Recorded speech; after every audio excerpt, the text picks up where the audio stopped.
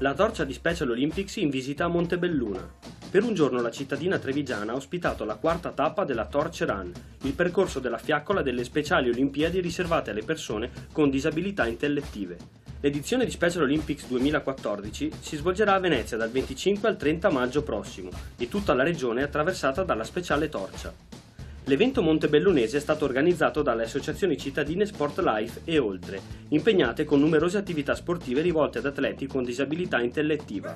Torch Run è un grande avvenimento, precede i 30esimi giochi nazionali dello Special Olympics che si terranno l'ultima settimana di maggio a Venezia, in cui partecipano i nostri atleti di Sport Life e Oltre. Abbiamo organizzato insieme questo grande avvenimento, la quarta tappa della torcia. Vogliamo sensibilizzare tutta la comunità su quello che fa Sport Life e quello che fa Oltre, per i loro ragazzi disabili, per l'integrazione nella comunità e far vedere parte degli sport delle nostre società. Infatti Oltre presenta il suo basket unificato, mentre invece noi di Sport Life presentiamo il tennis da tavolo, il judo e il golf. La torcia è partita da Villa Pisani ed ha attraversato le vie del centro cittadino, accompagnata dalla Polizia di Stato, partner dell'evento Special Olympics.